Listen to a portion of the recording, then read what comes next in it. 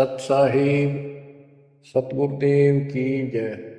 बंदी छोड़ कबीर साहिब जी की जय। बंदी छोड़ गरीबदास जी महाराज जी की जय। स्वामी राम देवानंद जी गुरु महाराज जी की जय हो।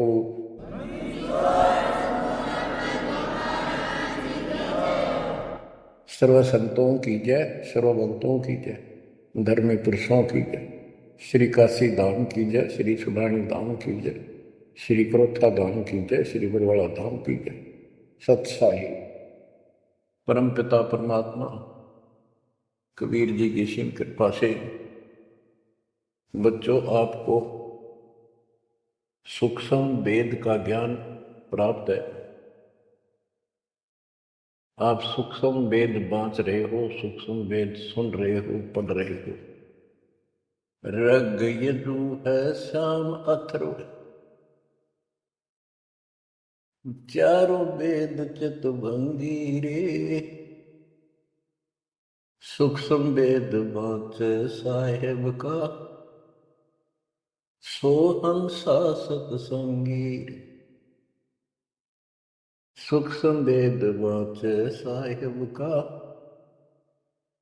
सोहन सासत संगीर। तीन लोक और भवन चतुर्दश, कोई नहीं सत्संगी।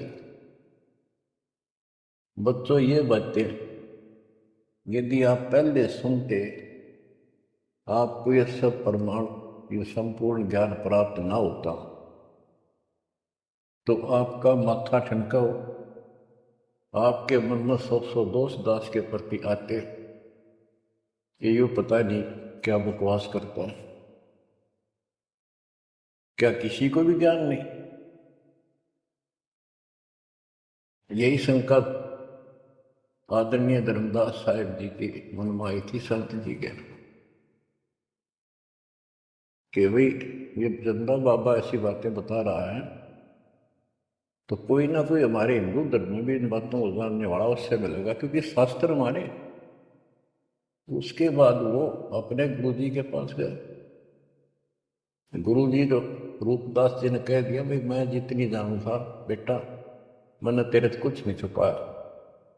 जिस तरह के प्रश्न आप कर रहे हो इनका उत्तर मेरे पास नहीं है, और जिसने तुझे ये ज्ञान दिया है उसी के पास जा, उसी से समाधान पूछ। लेकिन धर्मदास के सामने यह बात खटक रही थी कि अनपढ़ आदमी जिंदा बाबा, इसको ज्ञान कैसे हो गया ये? इसने भी तो किसी हमारे हिंदू से सुना होगा, और अवश्य कोई संत, मंडलेश्वर, कोई पीठाधीश इसका जानकार पाओ।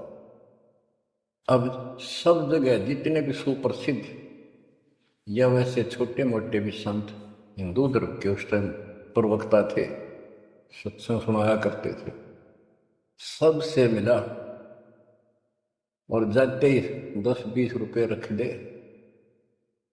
ये खासकर इन संतों के अंदर जो भेंट ज्यादा दे, दक्षिणा ज्यादा दे, उसको ज्यादा महत्व देते।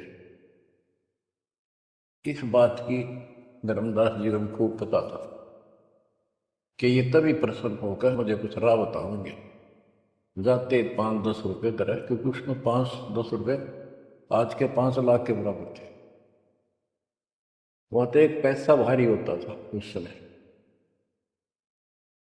सबसे प्रसन्न कर लिए, किसी के पास इस तरह बात नहीं थी। श्री कृष्ण विष्णु भगवान है, सारी सृष्टि के रचनहार है, इनके कोई माता पिता नहीं, ये आपको आप है, स्वर्ग से ऊपर कोई स्थान नहीं। आखिर में हार के, थक के और कति बुरी तरह रोए कि अब के बनाए।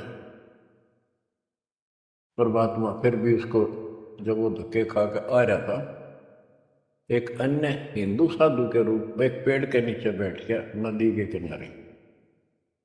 5-7 भगत और बैठे थे उसके पास। जिज्ञासु वैसे ही बाबा भी चलता करता था। धर्मदास जी के रास्ता उसके साथ से था, उसने सोचा चल आगे चल, इसे मंडलेश्वरों के पास घूमे। साधु का रूप दाता ने बना रखा था। फिर मालिक की प्रेरणा अपने बच्चे को लेना था सर।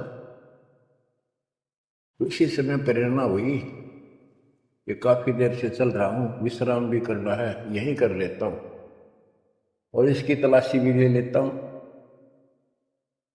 वहां बैठ गया जाकर और बैठे थे, इतना तो बोलना कोई नहीं।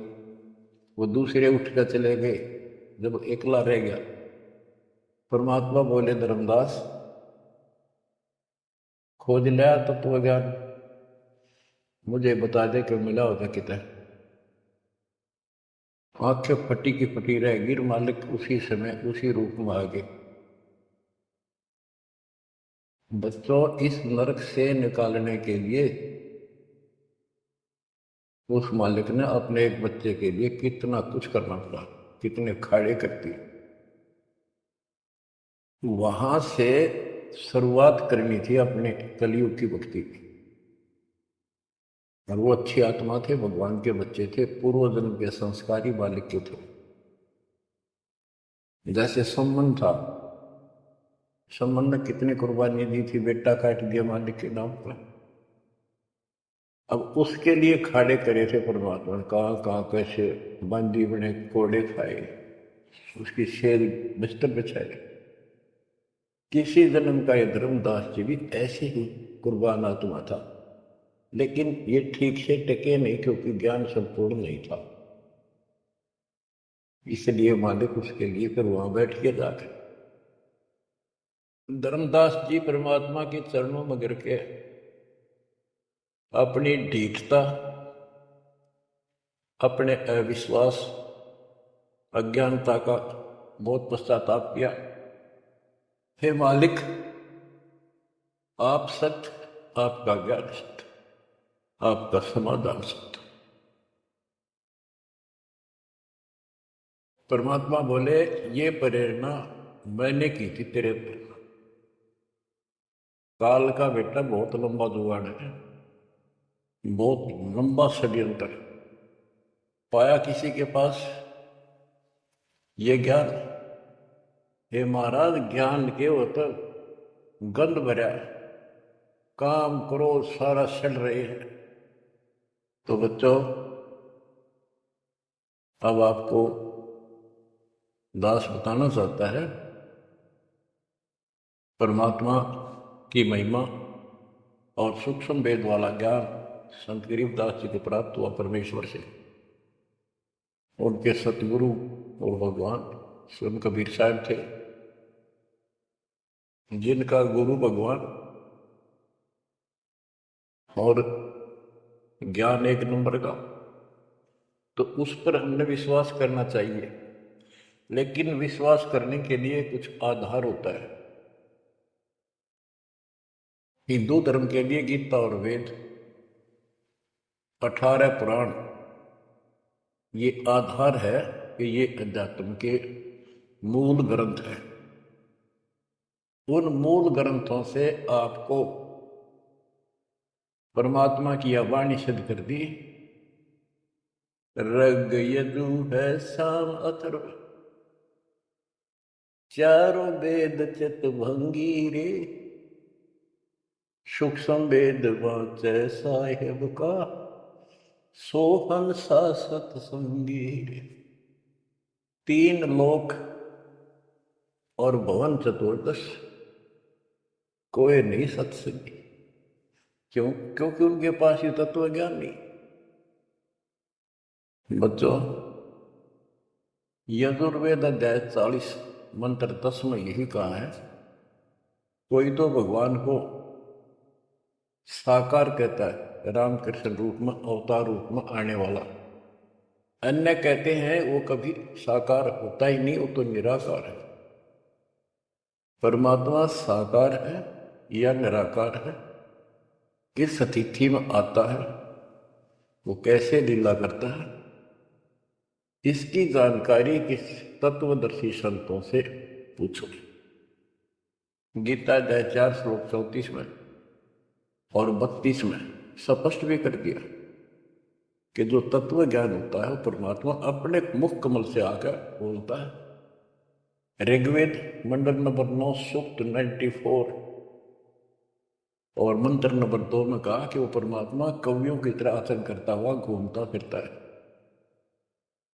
ऋग्वेद मंडल नंबर 9 सूक्त नंबर 95 के मंत्र नंबर 1 में परमात्मा भक्ति की प्रेरणा अपने मुख कमल से वाणी बोल के करता है और भक्ति के मूल मंत्रों का गूढ़ रहस्यों का जानकारी का ज्ञान वही बताता है।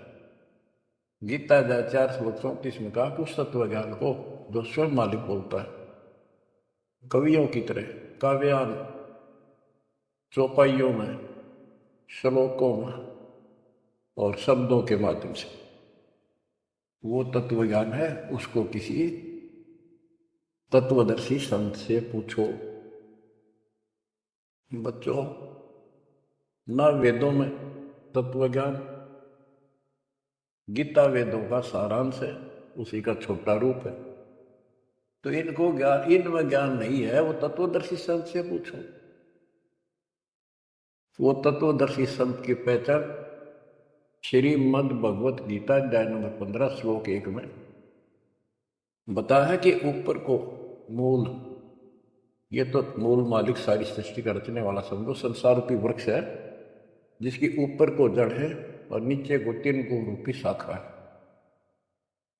इसके सभी विभागों को जो बता देगा स वेदविद, वो वेद के तात्पर्य को ठीक से जानने वाला है, यानी वो तत्वदर्शी संत है। धर्मदास जी और गरीबदास जी के सतगुरु ने बताया, कबीर अक्सर पुरुष एक पेड़ जो जमीन से बाहर दिखाई देता उसको पेड़ बोलते, पेड्डा तना। गरीब अक्सर पुरुष एक पेड़ है, निरंजन व कीटार और तीनों देवा शाखा है, ये पातुल संसार। फिर तपस कर दिया कि फिर एक के साध्य सब सदर, सब साध्य सोचा माली सींचे मूल को फल फुल अगा। सभी पार्ट्स ऑफ द ट्री, वृक्ष के सभी विभाग बता दिए कि तना अक्षर पुरुष है, डारिय क्षर पुरुष है, क्षर पुरुष, और तीनों देवारद गुण ब्रह्मा सत्पुरुष विष्णु उत्तम गुण शिव जी रूपी शाखाएं और पातरूप संसार।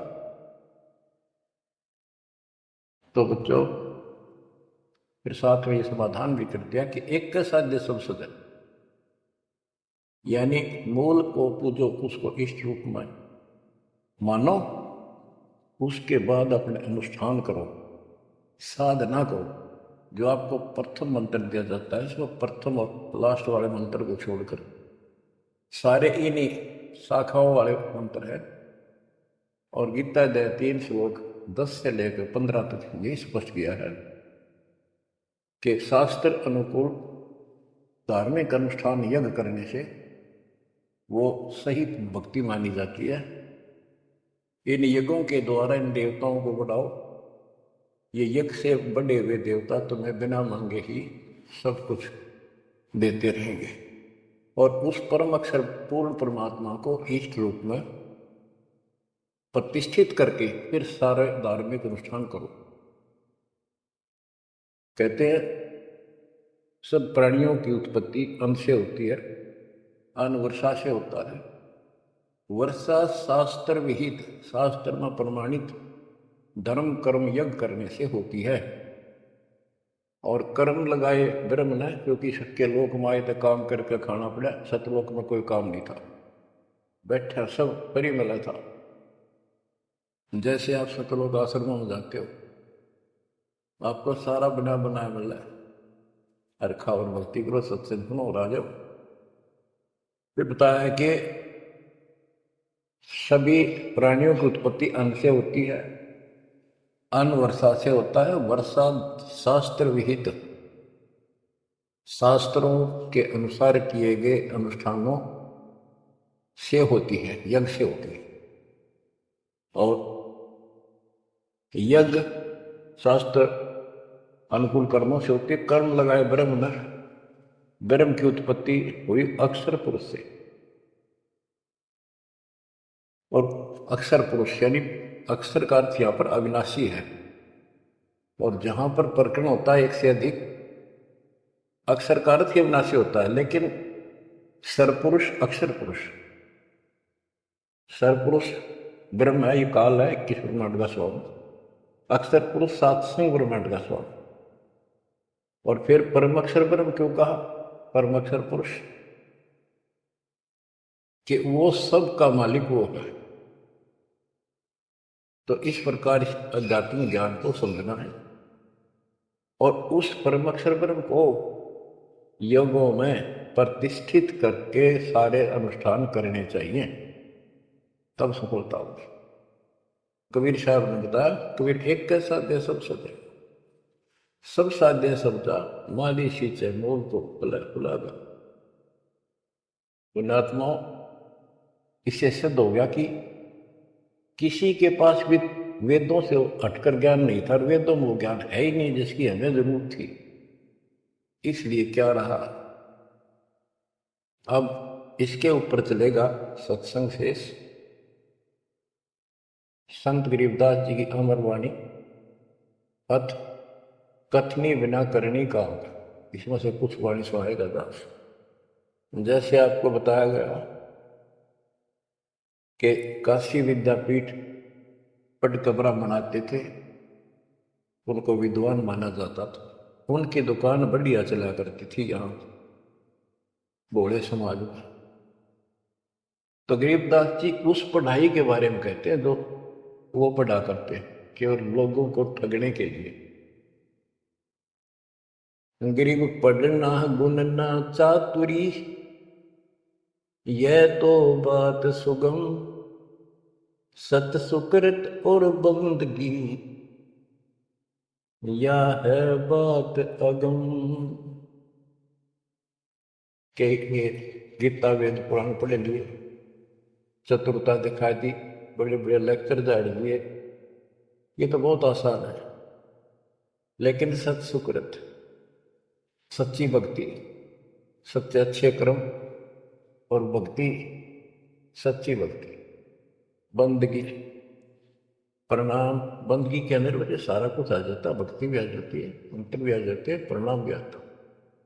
कई बार विशेष तौर पर बंदगी प्रणाम को बोलते हैं, बंदगी प्रार्थना भी कही जाती है।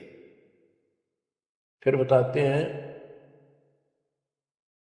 कि सत्य सुकृत अच्छे कर्म और बंदगी, परमात्मा की स्तुति नमस्कार प्रणाम भक्ति सच्चे ढंग से पूरे गुरु से प्राप्त करके तत्व ज्ञान के आधार से करना, यह है बात अगम, ये ऊंची बात है, आगे की है, बहुत सबसे आगे की, सबसे श्रेष्ठ। गिर पढ़ना गुनना रोग है, उलझे दुनिया माही, 52 अक्षर में बंद रहे, आगे की सुध नाई। संस्कृत भाषा के 52 अक्षर बताए, इसको इसलिए सीधा अर्थ कहते हैं जो संस्कृत से सीमित है, इन ग्रंथों तक सीमित है, इनमें वो ज्ञान है नहीं। ये उलझे दुनिया में, ये लक्ष्य 84 के चक्कर में रह गए। गरीब पढ़े गुणे पावे नहीं, अनपढ़ने से न्यार, अकोचर छंद है कैसे पावे पार।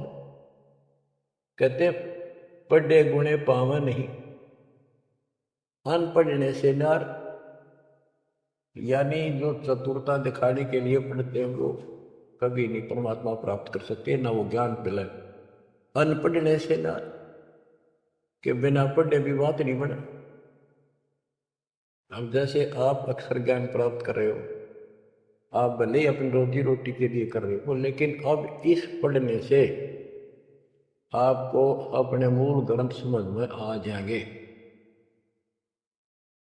ये सूक्ष्म वेद है, इसके अंदर जो गूढ़ रहस्य है वो अन्य वेदों से भी उत्तम और गहरे हैं। इसमें कह दिया पढ़े गुणे पावे नहीं, यह पढ़ाई है वो तो मूर्ख बनाने की। अनपढ़ने से ना रहे, जो नहीं पढ़े वो भी दूर रहेंगे। हमारे को अक्षर ज्ञान नहीं था, इसलिए हम इन चतुर लोगों की बातों में फंसे रहे। गरीब वेद कथें चित चूक है, मन में मान मरोड़, कहने मात्र के तो पंडिता, ये होते के डोर। कि इन वेदों के पढ़ने मात्र से कुछ भी हासिल नहीं होना, क्योंकि वो ज्ञान है ही नहीं जी। अपने को जरूरत है मोक्ष प्राप्त हो, और वो ज्ञान मालिक प्रत्येक युग में आकर बोलते हैं, पर कदर नहीं बनी। गिरी वेद कथे चित चूक है, मन में मान मरोड़, अहंकार, और कहने मात्र के तो पंडित हैं, ये वो दिल्ली के न हो कि 84 लाख योनियों में जाएंगे। अब जैसे एक बहुत ही अच्छा उदाहरण दिया संत गिरिदास जी ने, तो ये गाना बजाना समय के अनुसार शब्द भी सुनाए जाते हैं, और ये कड़वी गोली भी खिलाई जाएगी, तब ये रोग कटेगा। सारा ट्रीटमेंट कंप्लीट करना पड़ता है। अब ध्यान से सुनो, पुराने समय में तिलों से तेल निकाला जाता था। वो व्यक्ति जो काम ये करते थे उनको तेली बोलते थे। वो एक कोल्लू लगाते थे। वो कोल्लू एक मशीन होती है जिसमें 3-4 गिरारी सी होती, मोटी मोटी भारी भारी, और उसके ऊपर एक ऐसा पात्र लगा होता है जिसमें नीचे सुराख होता, और उसमें सरसों डाल दी, तिल डाल दिए, वो धीरे धीरे नीचे जाता रहता। कोल्लू चलता है एक लंबा लकड़, कम से कम भी 15-20 फुट लंबा। उस कोल्लू को चलाने के लिए एक लंबा लकड़ फंसा के, और उस लकड़ को पाट बोलो हमने, लाट पाट, उसको बैल से चलाया जाता था। और वो बैल उस लकड़ की जितनी लंबाई होती है उसके में ही सर्कल में घूमना होता था उसको। वो सर्कल होता था, उसके एक सर्कल में घूमता था, सेम गति फिक्स्ड होता था उसका डायमीटर। उसी परिधि में वो बैल घूमता रहता था, और उधर से कोल्लू चलने से तेल निकलता। उस कोल्लू को चलाने के लिए एक बैल का प्रयोग किया जाता था। वो उस लकड़ लंबे लठ 15-20 फुट 25 फुट लंबे लठ के एंड पर लास्ट में एक कुंडा डाल कर उसमें रस्सा बांध कर, और उस बैल के दोनों तरफ कंधे से बांध दिए जाते थे रस्से, और उसको चलाया जाता था। तब वो कोल्लू घूमता था, और उसमें डाले हुए सरसों या तिल, उनका तेल निकलकर बाहर आता था। वो तेली कहलाता था, और उसको खींचने वाला तेली का बैल का है। उस बैल के आंखों पर पट्टी बांध दिया करते थे, और एक आदमी उसके पीछे होकर 2-3 बार उसका लठ मारता जोर के, और वो बहुत तेज चलता। तो फिर उसको ये भय हो जाता कि लठाड़ा तेरे पीछे पीछे है। वो अपने आप स्पीड में रहता था, और इस तरह वो कोल्लू सारा दिन चलता था। बीच में थोड़ी बहुत देर पानी पिला दिया, चारा खिला दिया, फिर जोड़ दिया जाता। तो उसका केवल सीमित दायरा था, उससे 12 कदम भी नहीं जा सकता था वो। अब इसके ऊपर ये कुछ वाणियां आपको समझाने के लिए बताना पड़ा। इतना गजब का ज्ञान दिया इसने, 100 का 100 सत्य है। गरीब वेद कथे चित चूक है, मन मेहमान मरोड़, कहने मात्र के तो पिंडता, ये हो तेली के डो। ये अगले जन्म में तेली के बैल बनेंगे। एक तो उदाहरण ये दिया है कि वो साधना ठीक नहीं करते तो शुद्ध नहीं हो जाएगी। फिर पीछे तू पशुआ की जय गद्दा बैल बनाई, ये 56 भोग कहाँ मन बोरे, कहीं कुरड़ी करने जाई। इस वाणी का तो ये अर्थ है। अब इसके ऊपर आगे देखो, गरीब आंख बंधे दिखे नहीं, चल मारो मार, तेली के तो बैल को घर ही कोस हजार, के आंख बांध दी बैल की और डरता चालो मारो बार, वो स्पीड पे चलता रहता। उस तेली के बैल को उस सर्कल के अंदर ही सारा दिन एक महीने में 50,000 कोस एक महीने में तय कर देता, यानी एक कोस 3 किलोमीटर, यानी 1.5 लाख किलोमीटर वो एक महीने में पूरे कर देता। उसमें चल चल के इतना सफर तय कर लेता, रहता वही ठेकान, एक कदम उससे बाहर नहीं जाता। बच्चों ये स्पिरिचुअल लेक्चर है या आध्यात्मिक घंटी दे रहा हूं आपकी स्कूल की। इसको ऐसे समझाने से आपके अंतःकरण में योगदान रचेगा।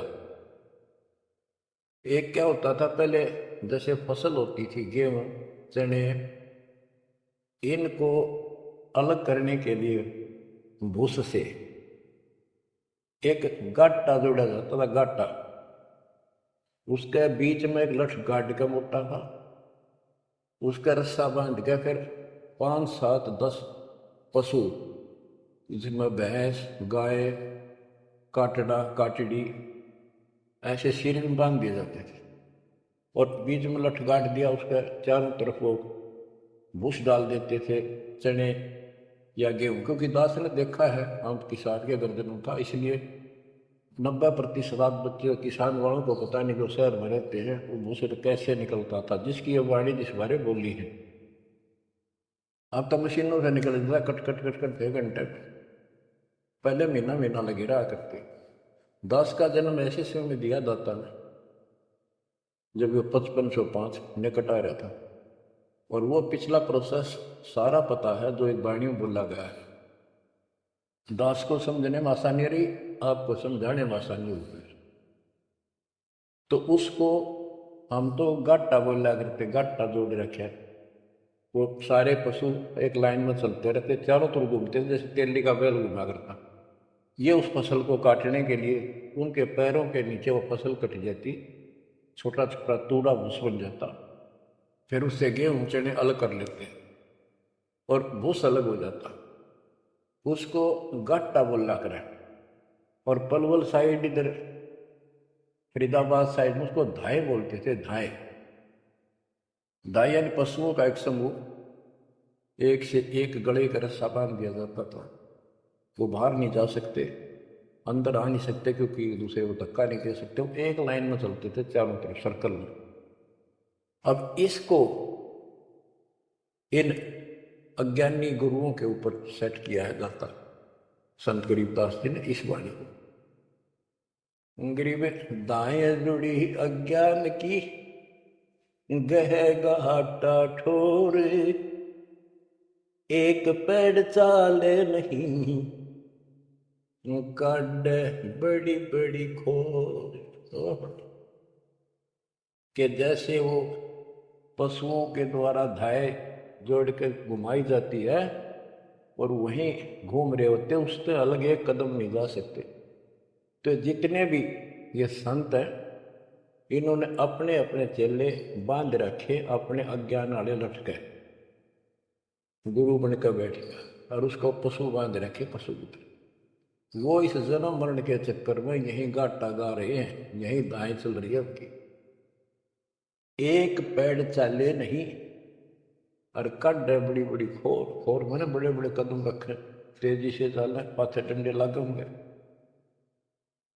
तो ये सारे जितने भी चेले हैं, उनके जितने गुरु हैं, उनके जितने शिष्य हैं, उनको तो धाए बताई ये गाटा, और इस जन्म मरण के चक्कर को एक ये सर्कल बताया कि इसी में ये घूम रहे हैं, एक कदम इस तरह बाहर नहीं जा पाए।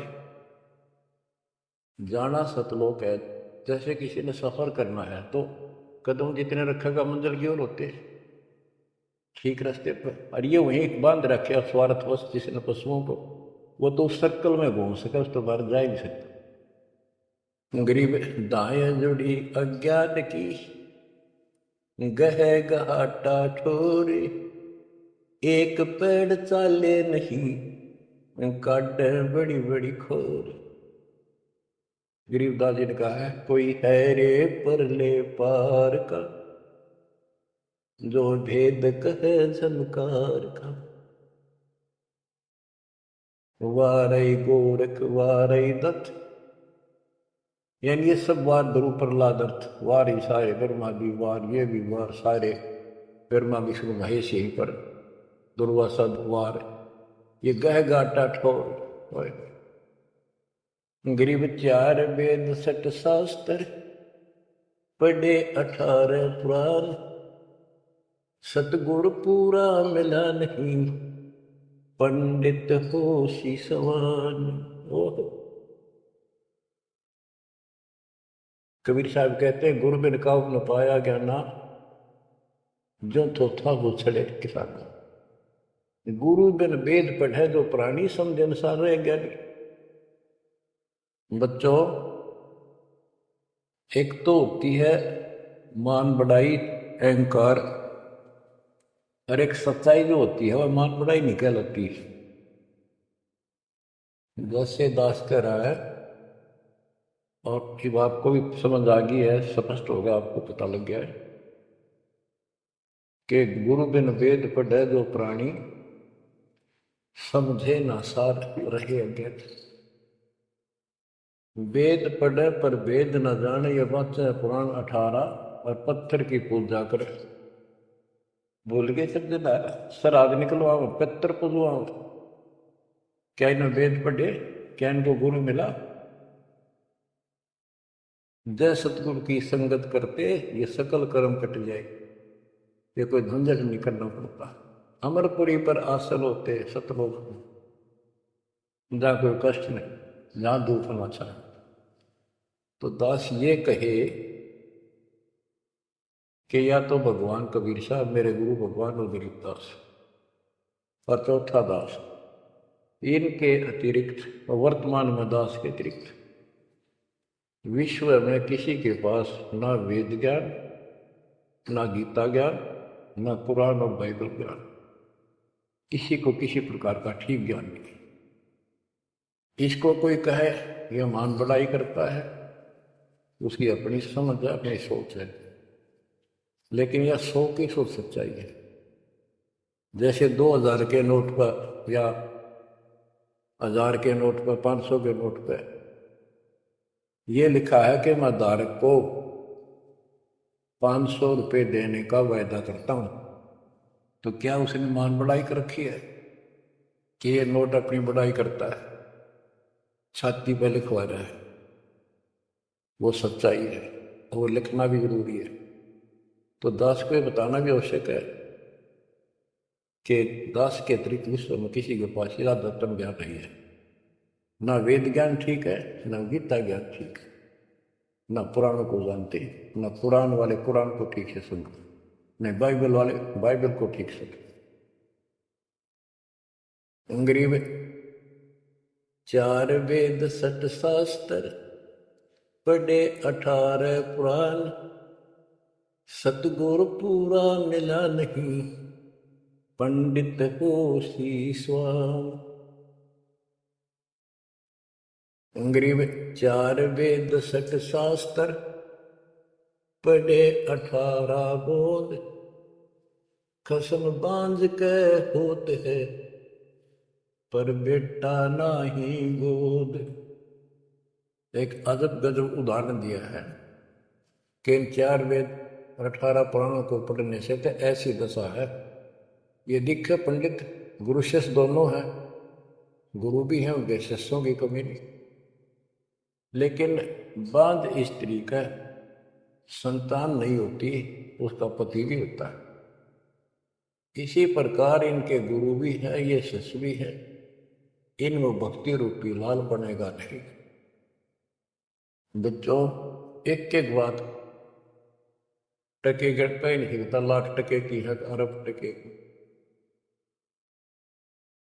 गरीब 100 करोड़ गीता पढ़ो, 100 करोड़ भागवत, बिना सतनाम व्यर्थ है, बचे काल न मौत। गिरिव गर्त अग्नि में डाल कर पंडित कर है होम, सुर वासना जात है क्या करत है होम। गिरिव सुमन सेवा बंद की सब कोई जानत खूब, बिन सतगुर क्यों पाइए कबीर से महबूब। ओए होए। के ये पंडित लोग हवन करते हैं, इसका क्या लाभ है कि देवताओं तक इसकी वासना जाती है, स्मेल गुड स्मेल जाती है, और जिसके वश होकर वो हमें यहाँ राहत देते हैं।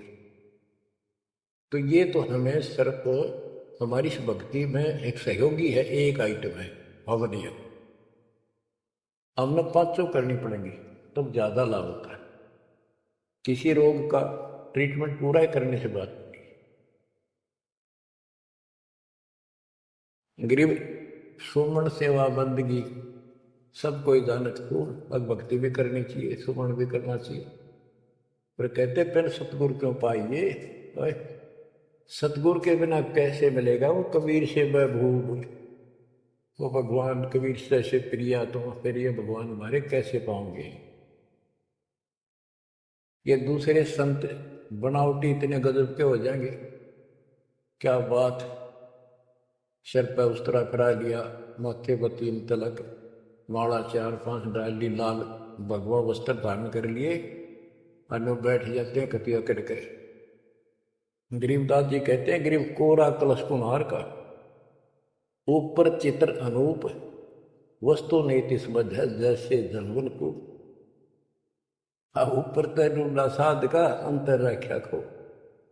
ऊपर तो साधु दिखे गजब का, बनावटी सी जबरदस्त जबरदस्त, जैसे कुम्हार का, यानी कोरा कलश कुम्हार से लाए, उसके ऊपर कितनी अच्छी चित्रकारी होती है, उसमें जल है नहीं कहता टफ चित्रकारी। ऊपर का दिखा करनिया जो संत ऐसा है जिसके पास यथार्थ ज्ञान नहीं है, वो तो ऐसा है जैसे कोरा कलश कुम्हार का, ऊपर चित्र अनूप, वस्तु नहीं तिस्मत है, जिसके लिए लाए तो जल है नहीं मीठा। और जैसे जल बिन कुआं, जैसे कुआ बिना पानी का के काम। गिरिव 500 मुद्रा पिंड में आग बुजुर्ग शरीर, 52 गंडे गंग है खेवट जहां कवि। कहते ये शरीर, स्थूल शरीर में 5 मुद्रा है, उनमनी खेचरी भूतरी चाचरी आदि, और इससे आगे बदर शरीर है, सूक्ष्म शरीर और है। कहते उससे पार करने के लिए सतगुरु कबीर साहब का सच्चा गुरु मिलेगा जब आप पढ़ेंगे। गरीब नाम सार है निर्मला, सार नाम ये निर्मल है, पाक नूर निर्वाण, दास गरीब कबीर को भक्ति दी है दान। बच्चों ये अमृत वचन है, बहुत गूढ़ और गहरे, और आपके लिए जैसे गीता उंगलियां पर उठवा दी, वेदों का सार निकाल के आपके समझ रख दिया। छोटे छोटे बच्चे समझ रहे इस बात को, जो 3री-4थी कक्षा में पढ़ रहे, और जो इन काशी विद्यापीठ में पढ़ने वालों की आज तक समझ नहीं आई। तो who is Guru, who is सतगुरु और हु इज गॉड, ये आप अच्छी तरह समझ चुके हो बच्चों। परमात्मा आपको इतना दृढ़ कर दे जैसे सम्मन की ओर से उठे, आप इतने दृढ़ हो जाओ, गरीब महिमा की जय संत की, तन मन धन सब दे, सिर मांगे टाला नहीं, मोर ध्वज लगे। यानी ऐसी परिस्थिति परमात्मा के प्रति, किसी परिस्थिति ऐसी आ जाती है तो मालिक से दूर नहीं हो, कितनी ही कठिन परिस्थितियों से गुजरना पड़े। आज हम थोड़े से कष्ट को देखकर भगवान से दूर हो गए, फिर अगले जन्म में क्या होगा, फिर पीछे तू पशुआ की जय गद्दा बैल बनाई, ये 56 भोग कहाँ मन भोरे, कहीं कुरड़ी चरने जाई। आज कोई ना कोई बहाना काल कर देगा सत्संग से उठने का, आलस कर देगा, कोई काम अड़ा देगा, या वैसे आत्मा किसी पाप के कारण रोगी हो जाती है तो अरुचि बन जाती है सत्संग सुनने में या सुमन करने में, दान की इच्छा समाप्त होती चली जाती है, सेवा में रुचि नहीं रहती। तो उस समय के लिए ये याद रखो, आज हम मानव हैं, अपनी मर्जी से कितना आलस कर लें और कितने भगवान से दूर हो जाए, स्वतंत्र है। और कल को गधे बन गए, बैल बन गए, नाक में नाथ कर जाएगी, या 2.5 मन का कमर के ऊपर एक थैला होगा गधे के, तो आलस तो उसमें भी होगा, मन तो यही है। कई कहते हैं मेरे से नहीं होती सेवा, चलो कोई बात नहीं, सेवा तो करनी चाहिए, सेवा से दूर होना चाहिए। तो मन तो वहां भी दुखी करेगा, गधा अपने पास से भी सोचेगा कोई कि पटक दूं बोरे ने, गेर दूं, डाल दूं। एक आदमी पर गधा ऐसा भी कर देता है, फिर उस पर ज्यादा भार लादा जाता है और लठ भी पड़ते हैं, फिर वो सीधा चलता है। इसलिए इस मन पापी को आत्मा यही समझा सो डाले, दाता से दूर ना हो। इस संसार में सुख नाम की चीज नहीं है। यदि सुख होगा, या जो नकली सुख भी अगर चाहिए तुम्हें यहाँ का, तो विस्तारता के चरणों में मिलेगा, रहोगे तो मिलेगा। इससे दूर होकर कुछ दिन जब ये समय आप भक्ति कर चुके हो, सच्ची मर्यादा में रहकर, वो आपकी बैटरी सी चार्ज होगी जैसे इन्वर्टर की हो जाती है, और फिर चार्जर हट गया, वो बैटरी फिर भी काम करती रहेगी और ऐसा लगेगा कि बिल्कुल सब कुछ ठीक ठाक है, कोई फर्क नहीं पड़ा, चार्जर भी हटा दिया। जब तक वो संग्रह शक्ति है, एनर्जी है बैटरी में, वो काम पूरा करेगी। जब वो एनर्जी खत्म हो जाएगी, आगे संग्रह हो नहीं रही, तो एकदम ही वो सब सुविधा बंद हो जाएगी, पंखा भी बंद, बल्ब भी बंद, और भी कार्य कर रहे होंगे, कंप्यूटर भी बंद, फिर बहुत देर हो चुकी होगी। इसलिए इन सब बातों को ध्यान रखो, याद रखो। मुश्किल से दाव लगा 7.5 अरब आबादी में से आप ये थोड़ी सी आत्मा परमात्मा की शरण प्राप्त कर पाए हो। तो बच्चों, परमात्मा आपको मोक्ष दे, अपने चरणों में रखे, आपकी तरफ बढ़े, कुर्बान हो जाओ, सत्संग सुना करो ढंग से। देख परमात्मा ने कहाँ से कृपा कर रखी, आँख खोल लो ना, जो फूक निकली और कोई नहीं पूछेगा, धक्के खाते करो, तेरा कुत्ते को देखोगे। परमात्मा साथ इसलिए होगा कि हमारे और कामों में विशद करेगा, इसलिए मालिक पर ज्यादा ध्यान दो, काम करो, काम न को मना करें, उस काम में बरकत भी अब मिलेगी। दाता आपको मोक्ष दे, सदा सुखी रखे। सत्साई। सत्साई।